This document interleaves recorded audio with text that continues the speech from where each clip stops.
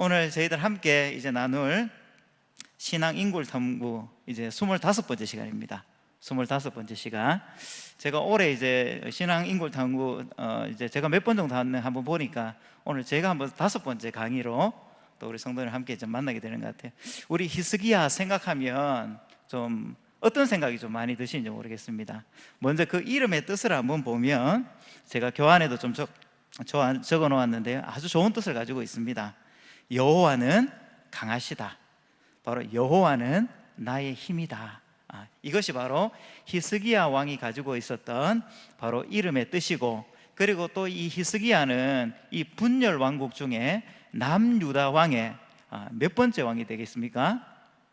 이제 아달랴를 제외하면 이제 여호람의 그리고 부인이었고 또 아시아의 어머니였던 아달랴를 제외하면 이제 12번째 왕이 바로 히스기야 왕이 됩니다.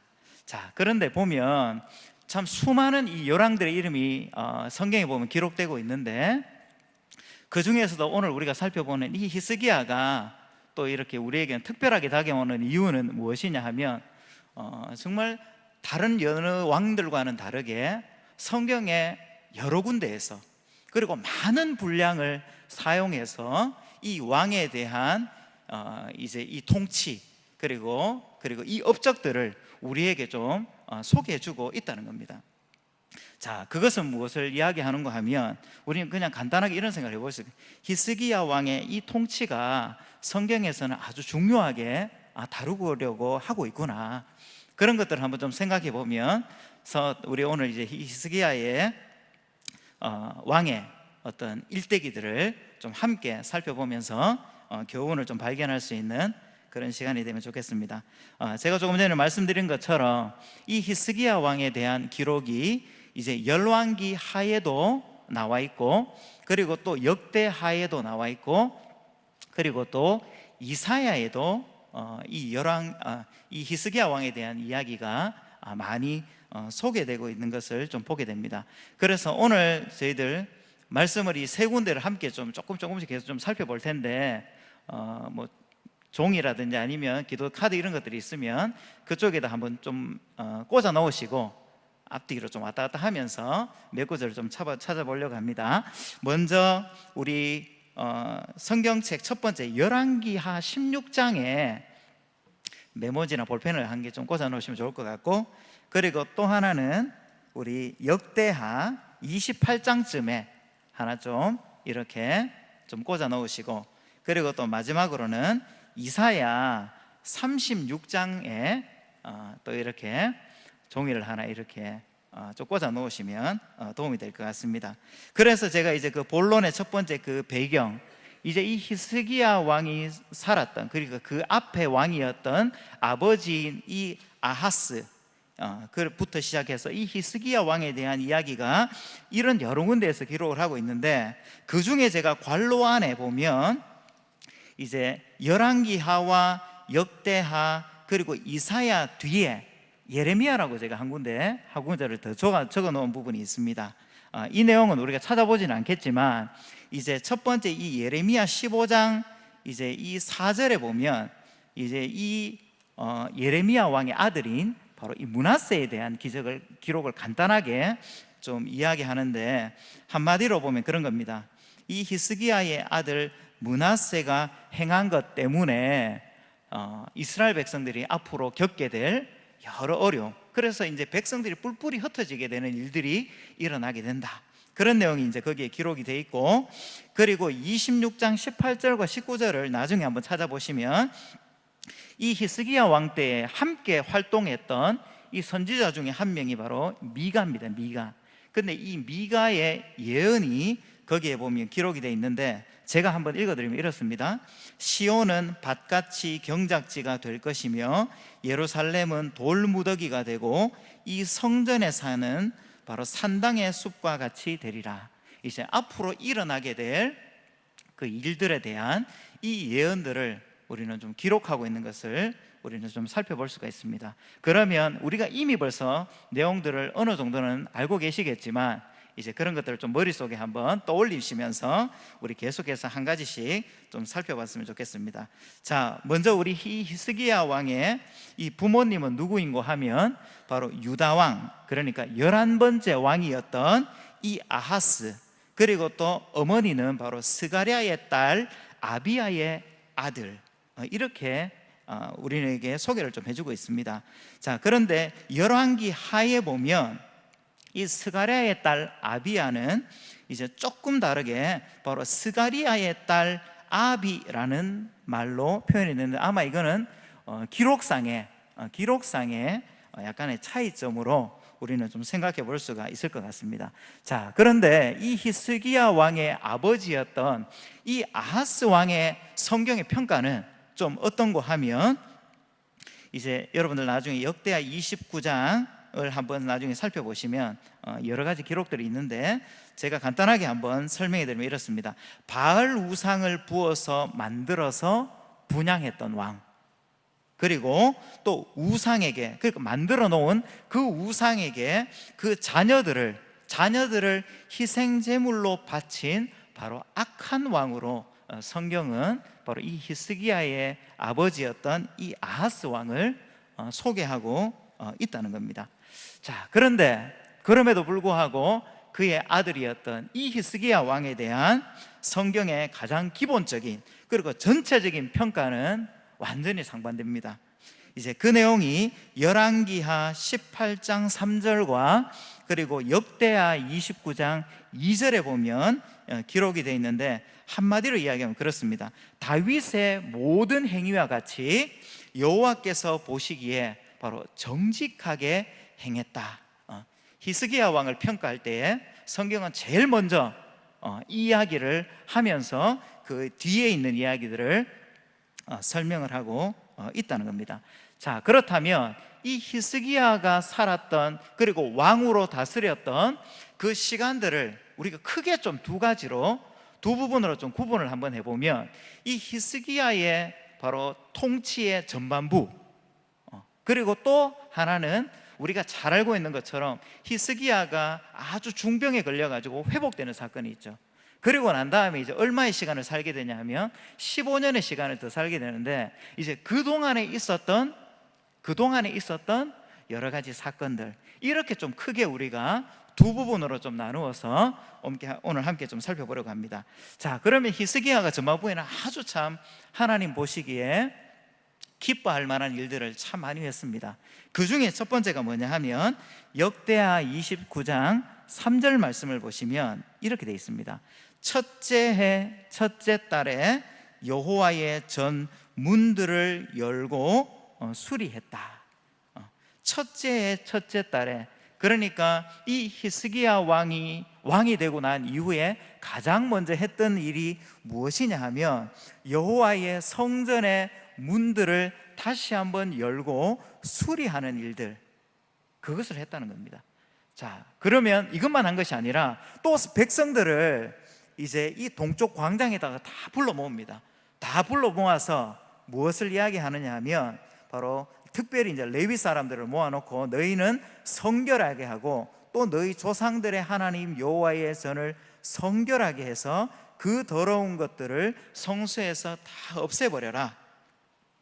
자, 바로 히스기야가 했던 첫 번째 일들이 바로 이런 것이었습니다. 자, 이것뿐만 아니라 그 이제 이 유다 땅에 있었던 그 선조들이 함께 막 우리가 이때까지 많이 살펴봤죠.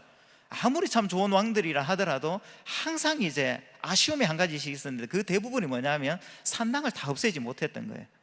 자, 그런데 이 히스기야 왕은 열왕기하 18장 4절을 나중에 한번 보시면 한번 찾아볼까요? 열왕기하 18장 4절 말씀 한번 찾아보면, 자, 다 같이 한번 읽어보겠습니다. 시작. 그가 여러 산당들을 제거하며 주상들을 깨뜨리며 아세라 목상을 찍으며 모세가 만들었던 놋뱀을 이스라엘 자손이 이때까지 향하여 분향함으로 그것을 부수고 느후스단이라 일컬었더라. 아멘. 이 히스기야 왕이 예루살렘 성전의 문을 수리하는 것에 그친 것이 아니라 그가 여러 산당들을 다 제거하고, 그리고 또 그 당시에 사람들이 섬기고 있었던 이 아세라 목상, 이런 것들도 다 제거하고, 그래서 그것들을 부수고 뭐라고 했냐면 느후수단이라고 했다. 그래서 밑에 우리 주석이 있는 성경을 가지고 계신 분은 이 느후수단 밑에 뭐라고 적혀 있습니까?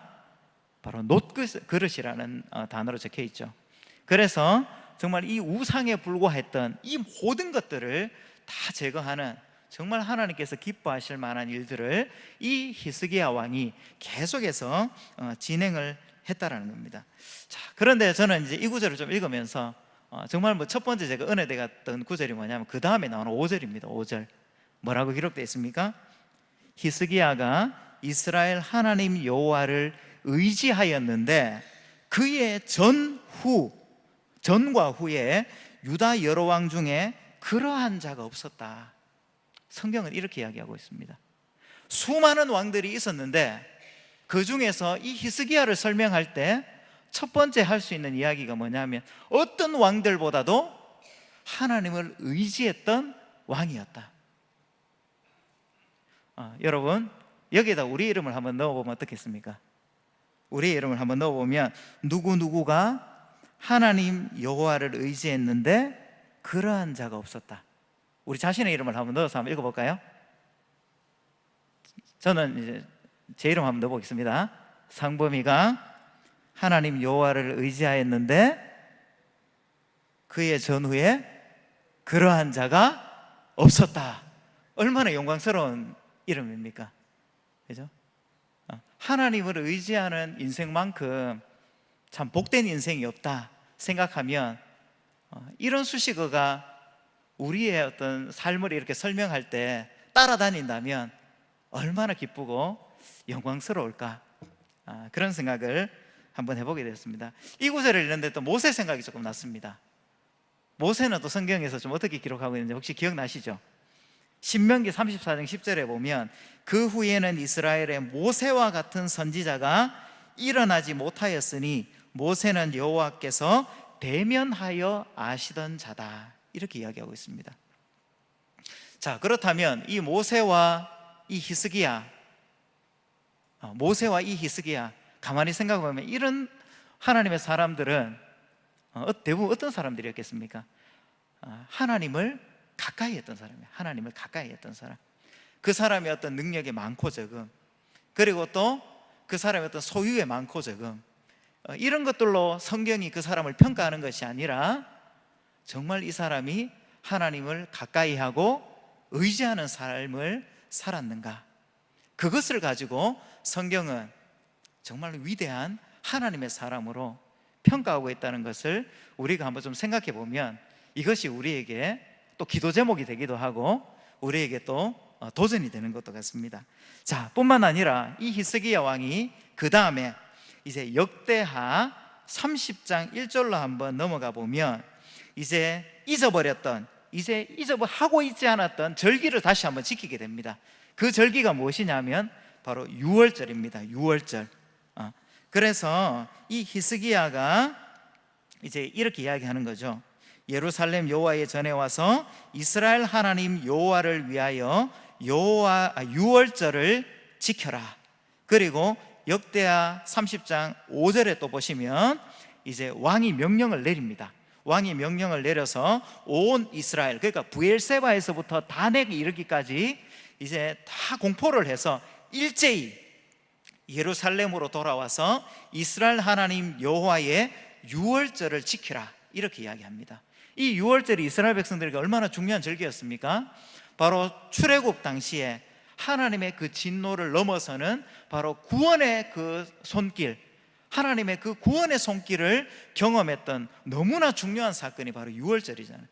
그 절기를 다시 한번 기억하면서 지킬 것을 말씀하고 있는 겁니다. 자, 이렇게 이 히스기야가 왕이 된 이후에 정말 하나님께서 기뻐하실 만한 일들을 차례차례 한 가지 한 가지씩 계속해서 진행을 하고 있었습니다. 자, 그런데 이 히스기야가 다스리는 이 왕 때 그냥 이렇게 평화롭게 잘 살면 가장 좋겠지만, 사실 그 주위에는 강력한 힘을 가지고 있었던 그런 나라들이 사실 많이 있었죠. 그 중에 하나가 어디입니까? 바로 아수르입니다. 아수르. 바로 그 당시에 이제 맹주였던 이 아수르, 그리고 이 산헤립이 이끄는 바로 이 아수르 군대가 이 이스라엘과 이 유다 땅을 계속해서 노리고 침략하려고 했던 거죠. 자, 그래서 이제 북쪽까지 이제 정벌을 하기 시작하고, 그리고 또 이 히스기야는 거기에 대해서 이제 준비를 합니다. 1차 침공 때 이제 어떻게든 이 전쟁을 잘 마무리 지어야 했기 때문에, 첫 번째는 사실 그가 가지고 있는 그런 은 그리고 금을 사실 이 아수르 왕에게 전달하면서 이제 좀 전쟁이 좀 마무리되는가 싶더니만 거기서 그치지 않고 여전히 이제 영토 정벌에 야욕이 있었던 이 아수르 왕 사네립은 계속해서 공격을 해오는 겁니다. 자, 그래서 그의 대변자인 바로 이 랍삭이라는 사람을 보내서 이 유다에 있는 왕 그리고 유다 사람들을 막 조롱하고 협박하기 시작합니다. 이제 그 내용이 열왕기하 18장 7절부터 37절까지에 보면 쭉 기록이 되어 있고, 그리고 또 이사야 36장에 보면 좀 더 상세하게 그 내용들이 기록이 되어져 있습니다. 자, 어쨌든 이 히스기야 왕은 이제 또 이 유다 백성들은 이제 위험에 처해 있는 거죠. 강대국이었던 이 아수르가 공격을 해오니까 처음에는 이제 은과 금으로 달래서 이제 보냈지만, 이제 다시 한번 이렇게 정복을 해 밀려올 때에 이제 이것으로는 아마 감당이 안 됐던 것 같아요. 이것으로 끝이 날 것 같지 않았던 것 같아요. 그래서 이제 이 히스기야는 그가 믿고 있었던 바로 하나님, 그리고 또 그 유다 땅에 참 좋은 이렇게 조언을 해줄 수 있는 바로 선지자였던 첫 번째 누구를 찾아가게 됩니까? 이사야 선지자를 찾아가게 됩니다. 사랑하는 성도님들, 이것이 너무너무 중요합니다. 우리에게도 어려움이 찾아올 때, 그리고 또 우리에게 정말 중요한 순간들이 찾아올 때 우리는 그것을 혼자 고민하는 것이 아니라 오늘 이 말씀을 좀 비추어 본다면 우리는 좀 첫 번째로 누구를 좀 떠올릴 수 있어야 되겠습니까? 하나님을 우리가 떠올리지만 또 하나님과 그리고 또 함께 신앙생활을 하는 또 우리의 또 믿음에 좋은 이렇게 좋은 자가 될 수 있는 그런 목자, 사역자라든지 아니면 우리가 함께 이제 하고 있는 이제 이번 주부터 예치 모임이 시작되죠. 순장님들, 그리고 또 신뢰할 만한 이런 믿음의 동력자들에게 우리가 가지고 있는 문제를 함께 좀 터놓고 좀 기도도 부탁하고 이런 것들이 너무너무 중요하다는 겁니다. 자, 마찬가지로 이 히스기야도 이사야를 찾아가서 모든 상황들을 이야기합니다. 자, 그때에 이제 이사야는 하나님의 말씀을 가지고 이 히스기야에게 조언을 해주게 되는데, 그 내용이 이사야 37장 6절과 7절에 보면 기록이 되어 있습니다. 한번 찾아보겠습니다. 이사야 37장 6절과 7절 말씀, 제가 가지고 있는 구약 성경 1010면에 있습니다. 이사야 37장 6절과 7절 말씀. 자, 찾으신 줄 알고 우리 다 같이 한번 읽어보겠습니다. 시작. 이사야가 그들에게 이르되 너희는 너희 주에게 이렇게 말하라.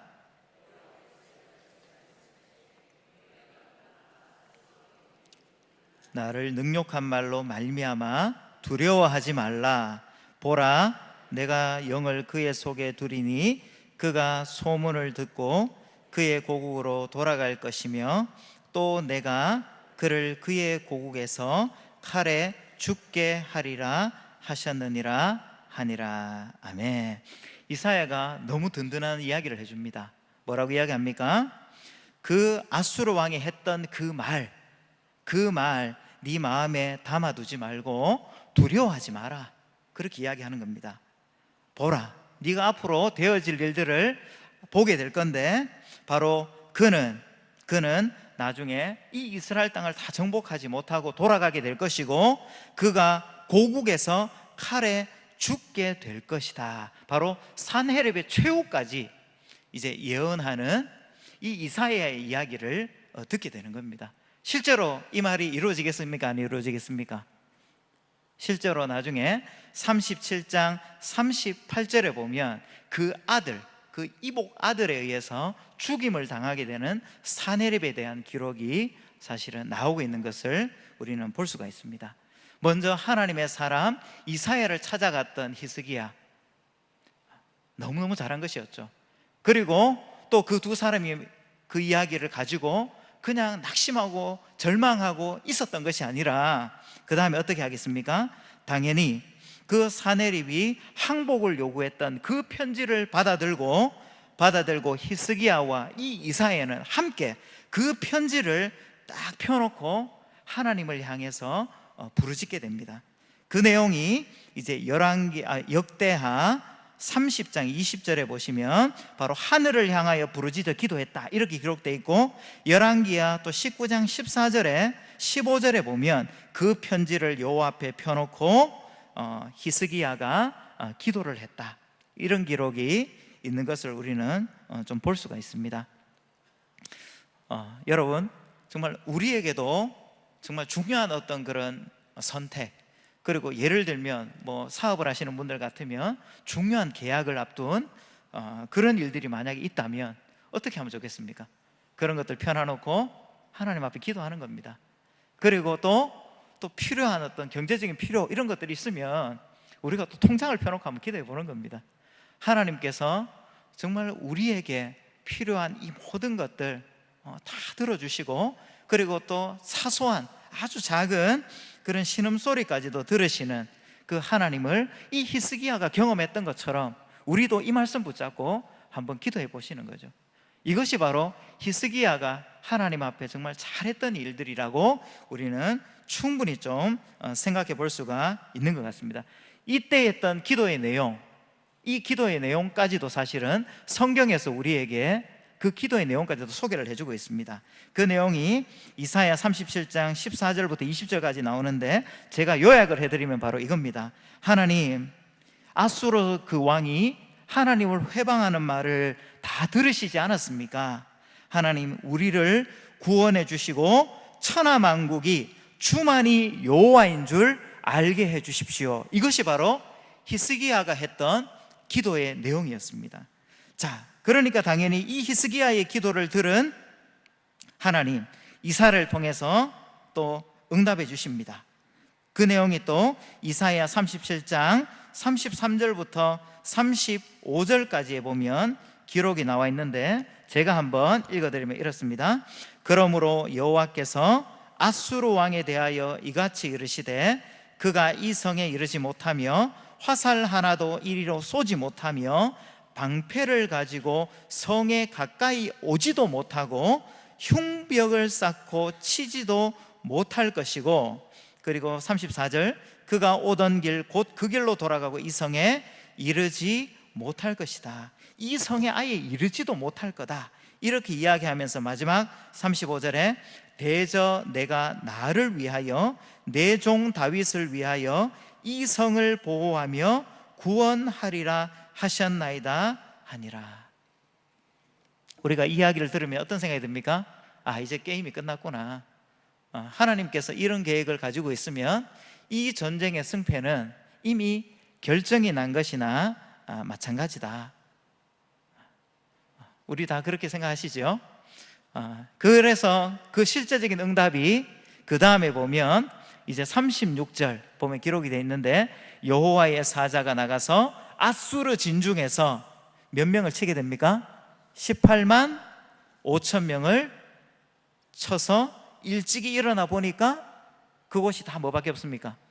시체밖에 없었더라.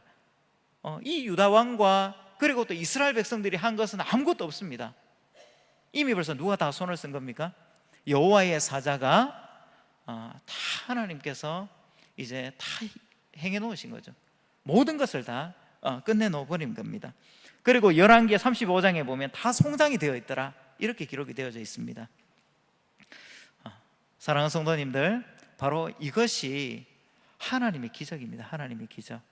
그것은 비단 히스기야 왕 때만 일어날 수 있는 일이 아니라 오늘을 살아가는 우리의 삶 속에도 얼마든지 일어날 수 있는 일인 것을 우리는 어떻게 알 수 있습니까? 우리가 믿는 하나님은 전능하신 하나님이시기 때문입니다. 그리고 살아계신 하나님이시고, 그리고 하나님의 택한 백성을 돕기를 즐겨하시고 기뻐하시는 하나님이시기 때문에 때로는 우리가 막다른 길에 이르는 것처럼 느껴질 때라도 우리가 할 수 있는 것은 아무것도 없는 그 순간에서조차도 그 창조주 하나님 되시고 능력의 하나님 되시는 그분이 얼마든지 우리가 알지 못하는 사이에 사람의 마음을 만지시고, 그리고 또 이미 벌써 진행하고 있는 그런 많은 일들을 사실은 우리가 또 이야기 듣기도 하고 우리의 삶 가운데서 얼마든지 경험해 볼 수 있었다는 거죠. 자, 이어서 계속해서 성경은 이 히스기야의 또 한 가지 사건을 우리에게 좀 더 소개해 주고 있습니다. 그것이 무엇이냐면 우리가 잘 알고 있는 바로 히스기야가 이제 아주 중병에 걸리는 거죠. 그래서 열왕기하 20장 1절에 보면 이제 히스기야가 병들어 죽게 되었는데 이사야가 그 히스기야에게 와서 아주 절망적인 이야기를 합니다. 무슨 이야기를 하는가 하면 여호와의 말씀이 너는 집을 이제 정리해라. 내가 죽고 살지 못할 것이다. 이렇게 이야기합니다. 어쩌면 나름대로 히스기야는 자신의 평생을 정말 하나님을 사랑하고 신뢰하면서 또 백성들을 어쩌면 사랑하는 마음으로 잘 다스린 그런 왕으로 살아가고 있었다 할지는 몰라도 그에게 찾아온 바로 이 중한 질병, 이것이 이제는 하나님의 때가 되었음을 좀 알려주는 이제 사인이 될 수 있었던 거죠. 자, 그렇지만 이 히스기야는 아마 여러 가지 생각이 많이 들었던 것 같아요. 이제 후계자에 대해서 이 바톤도 좀 잘 물려줘야 되고, 그리고 또 아직까지는 자신이 해야 될 일들이 남아있다고 생각했을지도 모를 것 같습니다. 어쨌든 이 히스기야는 이 이야기를 듣고 난 이후에 우리가 정말 잘 아는 것처럼 이제 어떻게 합니까? 2절에 낯을 벽으로 향하고 여호와께 기도했다, 이렇게 이야기하고 있습니다. 저도 가만히 생각해 보면 제가 대학부 시절에, 우리 청년부 시절에 담임 목사님하고 그때 우리 청년들 금요일마다 함께 모여서 그때 기도했을 때에 기억이 좀 났습니다. 이 구절을 좀 읽는데, 함께 이제 같이 찬양하고 말씀 듣고 난 이후에 이제 불 끄고 난 다음에 주로 그때 어떻게 기도 많이 했냐면 전부 다 벽을 좀 보면서 이제 불 켤 때까지 계속해서 그냥 우리의 기도 제목, 그리고 또 공동체의 기도 제목, 그리고 또 교회에 대한 기도 제목 막 이렇게 간절하게 기도했던 생각이 좀 났습니다. 히스기야도 아마 이제는 더 이상 자기가 할 수 있는 것은 아무것도 없고 결국은 이 모든 것들이 하나님의 그 주권 가운데 진행되고 있는 것을 잘 알았기 때문에 이제 낯을 벽으로 향해서 이제 여호와께 간절히 기도했다. 그렇게 성경은 우리에게 이야기를 해주고 있습니다. 자, 그랬을 때에 하나님께서 또 어떻게 응답하셨겠습니까? 그의 생명을 그냥 거두어가는 것이 아니라 이사야 선지자를 통해서 또 말씀하시는 겁니다. 뭐라고 이야기하냐면 열왕기하 20장 4절과 5절에 보면 이제 이사야가 성읍 가운데도 이르기 전에 여호와의 말씀이 이사야에게 임한 겁니다. 그래서 뭐라고 이야기를 전해주게 되는가 하면 너는 돌아가서 내 백성의 주권자 히스기야에게 이르기를 왕의 조상 다윗의 하나님 여호와의 말씀이 내가 내 기도를 들었고 내 눈물을 보았노라. 그러니까 히스기야가 했던 이 모든 기도를 하나님이 뭐하고 계셨습니까? 다 듣고 계셨다는 겁니다. 다 듣고 계셨고 히스기야가 흘리는 눈물을 하나님께서는 다 보고 계셨다는 거죠. 자, 그러면서 그 다음에 내가 너를 낫게 하리니 내가 3일 만에 여호와의 성전에 올라가겠고 6절에 내가 내 날에 15년을 더해 줄 것이다. 그리고 내가 너와 이 성을 아수르 왕의 손에서 구원하고 내가 나를 위하고 또 내 종 다윗을 위함으로 이 성을 보호해 줄 것이다. 이것이 하나님께서 이사야를 통해서 히스기야에게 들려주었던 바로 기도의 응답이었습니다. 이야기를 들은 히스기야 얼마나 기뻤겠습니까? 이제는 끝이구나 생각했던 자신의 인생의 이제 그 마침표가 이제 15년이 더 늘어나게 된 것이죠. 그럼에도 불구하고 이 히스기야는 마음속에 막 궁금했던 것 같아요. 진짜 하나님께서 그렇게 해주시는 것이 맞나? 그래서 이사야에게 이런 이야기를 합니다. 그러면 그런 징표를 저에게 좀 보여주시면 좋겠습니다. 그런 이야기를 합니다. 그래서 하나님께서 보여주시는 징표가 무엇입니까? 해 그림자를 10도나 물러가게 하는 것으로 하나님께서 히스기야에게 했던 그 약속을 이렇게 지키시겠다는 그 징표를 보여주게 되고, 그리고 또 이제 이사야가 이 무화과 반죽을 그 상처 부에다가 발랐을 때에 이 히스기야 왕이 완전히 이제 회복되어지는 그런 놀라운 경험들을 하게 되는 것을 우리는 확인해 볼 수가 있는 거죠. 자, 여기까지가 이제 히스기야가 통치했던 좀 전반부라고 좀 생각을 한번 해보면, 자, 지금까지 내용을 좀 정리해 보면 좀 어떻습니까? 이 히스기야 왕 누구보다 하나님을 사랑하고 의지하고 기도했던 분이었죠. 그런데 이 히스기야가 이제 하나님께서 연장시켜준 이 15년의 시간 동안 참 하나님의 은혜를 좀 기억하면서 좀 기쁘고 감사하게 잘 살았으면 좋겠는데, 그 뒤에 보면 결과적으로 좀 아쉽고 안타까운 사건들을 우리에게 좀 기록하고 있는 것을 보게 됩니다. 그 첫 번째가 무엇인가 하면, 자, 그 당시에 또 강대국 중에 아수르가 있었지만 또 새로운 강대국으로 부상하고 있는 나라가 하나 있었습니다. 그 나라가 바벨론이죠. 바벨론. 그래서 이 무로닥 발라딘이 바로 히스기야가 병들었다가 나았다 하는 이야기를 듣고 이제 찾아오게 됩니다. 그래서 편지와 이 예물을 보내오게 되는데, 그때 이제 히스기야가 잘못한 사건이 하나 있습니다. 무엇입니까? 찾아온 그 사람들에게 나라 안에 있는 모든 보물들을 다 보여주게 되는 것이죠. 나라에 어떤 것들이 있는지를 다 사신들에게 보여주게 됩니다. 그것이 이사야 39장 2절에 보면 기록되어 있는데, 거기에 보면 이렇게 기록되어 있어요. 그들에게 보물창고 곧 은금과 향료와 보배로운 기름과 모든 무기고에 있는 것을 다 보여주었으니 히스기야가 궁중의 소유와 전 국내의 소유를 보이지 아니한 것이 없더라. 무슨 연유인지는 모르겠지만 이 히스기야가 그냥 방문으로 온 사람들에게 뭐 이것저것 사실 보여주어서는 안 되어야 될 그런 나라의 중요한 이야기들까지도 다 보여주게 된 겁니다. 자, 그랬을 때에 하나님께서 이사야를 통해서 이제 경고의 메시지를 보내게 됩니다. 그 내용이 이사야 39장 5절부터 이제 7절까지에 보면 기록이 되어 있는데, 만군의 여호와의 말씀을 들어보십시오. 바로 날이 이르면 이제 당신 집에 있는 모든 소유와 조상들이 오늘까지 쌓아둔 것이 모두 어디로 옮겨가게 됩니까?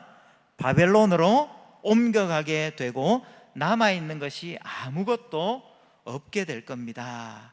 그리고 또 당신에게서 태어날 자손 중에서 몇 명은 또 사로잡혀서 바벨론의 왕궁의 환관이 될 것입니다. 이렇게 나중에 실제로 잡혀갔던 사람들 중에 대표적인 사람이 누가 있습니까? 우리가 잘 알고 있는 다니엘 같은 사람이죠. 다니엘 같은 사람들이 바로 이 바벨론으로 포로로 다 끌려가게 됩니다. 자, 그 이유를 사실은 왜 그러면 히스기야가 이 무로닥 발라딘의 사신들이 왔을 때 이런 것들을 다 보여주었는가? 거기에 대해서 성경은 우리에게 분명하게 설명을 해주고 있습니다. 그 내용이 역대하 32장 25절과 26절에 보면 기록이 되어 있는데, 한마디로 이야기하면 마음이 교만했다 이렇게 기록되어 있습니다. 히스기야의 마음이 교만했기 때문에 이 모든 것들을 다 보여주었다. 실제로 어떻습니까? 히스기야가 가지고 있었던 나중에 우리가 좀 살펴보겠지만 히스기야의 부와 영광이 지극했다 이렇게 성경은 이야기하고 있거든요.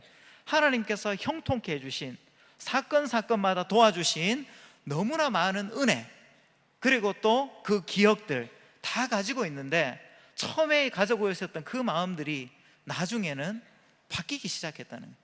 교만한 마음으로 바뀌기 시작했기 때문에 이런 일들을 하게 되었음을 우리에게 이야기해 주고 있습니다.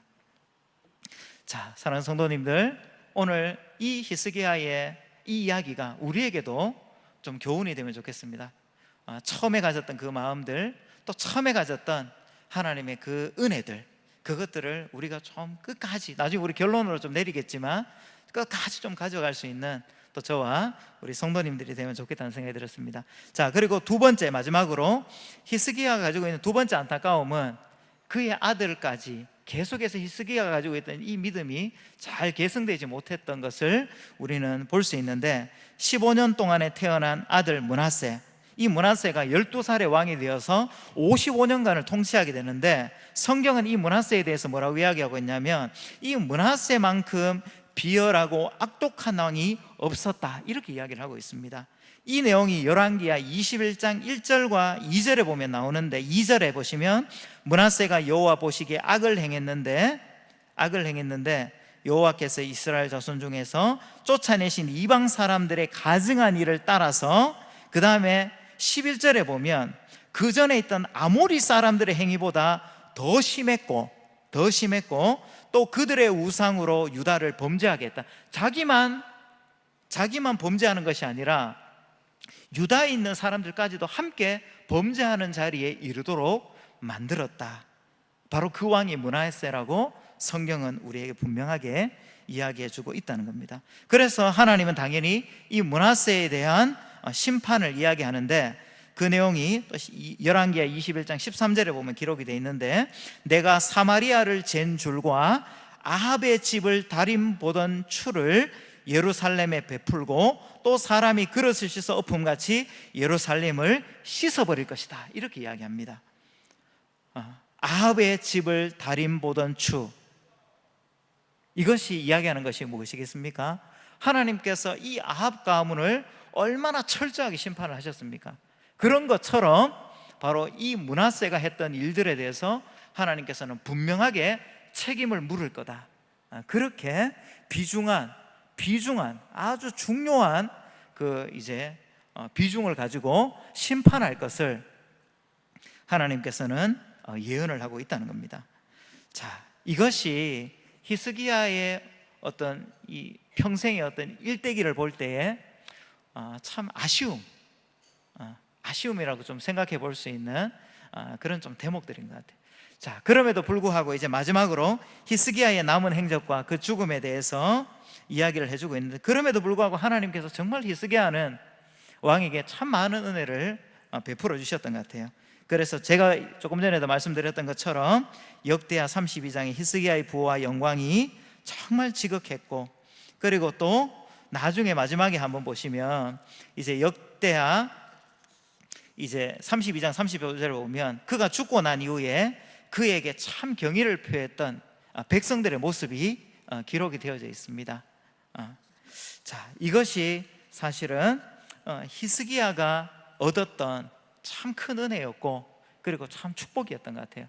그러면서 이제 마지막으로 이제 히스기야가 잘한 또 한 가지 업적을 마지막으로 소개해주고 있는데, 그것이 무엇이냐면 열왕기하 20장 20절에 보시면 히스기야의 남은 사적과 그의 모든 업적과 그 다음에 저수지와 수도를 만들어서 물을 성 안으로 끌어들인 왕, 그 왕이 누구였는가 하면 바로 이 히스기야 왕이었다는 겁니다. 히스기야 왕.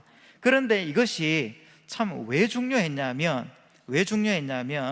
참 그 당시에 참 이스라엘 유다 땅에는 그렇게 비가 많이 내리는 것도 아니고, 또 기온도 사실은 그렇게 시원하지만 않았기 때문에 참 물을 구하는 것들이 너무너무 중요했죠.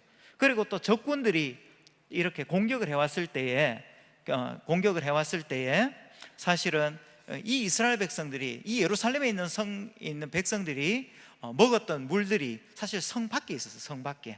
성 밖에 있었기 때문에 이 히스기야가 했던 이 일을 그들에게, 이 이스라엘 백성들이 얼마나 중요한 것이었는가, 그것들을 아마 이 대목에서 우리에게 마지막으로 좀 설명을 해주고 있는 것 같습니다. 자, 사진을 한번 좀 띄워주시면, 실제로 이제 이 예루살렘에 가면 이런 이 히스기야 왕 때 만들어 놓았던 이 저수, 수로가 있습니다. 수로. 이 수로가 있는데 제가 이 내용을 한번 좀 찾아보니까 이 아수르 왕의 산헤립이 제일 처음에 라기스를 점령하고 예루살렘을 공격하려고 했을 때 이 히스기야 왕이 이 물 근원과 시내를 지키려고 아주 애를 썼던 것 같아요. 그래서 이때 이제 지하도를 뚫게 됐는데, 사실 성 밖에 있는 기온샘, 이제 그 예루살렘의 성에 있던 사람들이 먹었던 그 물이 바로 이 성 밖에 있는 기온샘에서부터 물을 길러서 먹었는데, 이제 적군들이 공격을 해오면 이 물을 갖다 훼손시켜 버리면 그 안에 있는 사람들은 아주 큰 어려움을 당하는 거죠. 그때 이제 이 기손샘에서부터 어디까지 이제 수로를 뚫게 되냐면, 우리가 잘 알고 있는 실로암이죠. 실로암 샘, 거기까지 이제 수로를 뚫어 가지고 이제 물을 마실 수 있도록 했는데, 기록에 보면 이 길이가 한 535m 정도가 되는데, 이 터널의 기울기가 아주 0.06% 정도의 아주 약한 고도로 이 터널을 갖다 뚫었다 그래요. 그래서 이 고도 차이가 32cm밖에 되지는 않지만 이 기온샘에서부터 이 물이 계속해서 끊임없이 계속 공급이 되는 거죠. 끊임없이. 그렇기 때문에 이것이 그 성 안에 살고 있던 이스라엘 백성들에게는 아주 생명줄과 같은 너무나 귀한 물이었고, 이것을 지키기 위해서 바로 수로를 터놓았던 왕이 바로 히스기야 왕이었다. 마지막으로 이것을 우리에게 좀 소개를 해주고 있는 것 같습니다. 자, 오늘 내용을 같이 한번 좀 정리를 한번 해보면, 그럼에도 불구하고 히스기야가 가졌던 여러 가지 아쉬움과 안타까움에도 불구하고 전반적인 이 히스기야에 대한 바로 평가는 아주 긍정적입니다. 그리고 죽기 전에 그가 마지막으로 잘한 업적까지도 소개를 해주고 있는데, 먼저 히스기야의 통치의 전반부 생각하면 히스기야는 어떤 사람이었습니까? 하나님이 기뻐하시는 정말 개혁의 사람이었습니다. 개혁의 사람. 아버지가 했던 그 잘못을 다시 한번 이제 바꾸어서 하나님께서 기뻐하시는 일들을 하나하나씩 차근차근 행했던 왕, 그 왕이 바로 히스기야 왕이었고, 그리고 또 사내립이 공격을 해왔을 때에 그것을 하나님 앞에 펴놓고 간절하게 또 기도했던 왕이 바로 히스기야 왕이었습니다. 그럼에도 불구하고 또 하나님께서 연장시켜준 15년 기간 동안에는 바로 교만한 히스기야의 모습도 우리가 볼 수 있었고, 그리고 또 마지막으로는 바로 그 자녀대에, 그 므낫세 대에까지 있어서 계속해서 그 믿음이 잘 계승돼, 어쩐 이유인지는 잘 모르겠지만 계승되지 못했던 그런 안타까움이 있는 왕, 그 왕이 히스기야였다.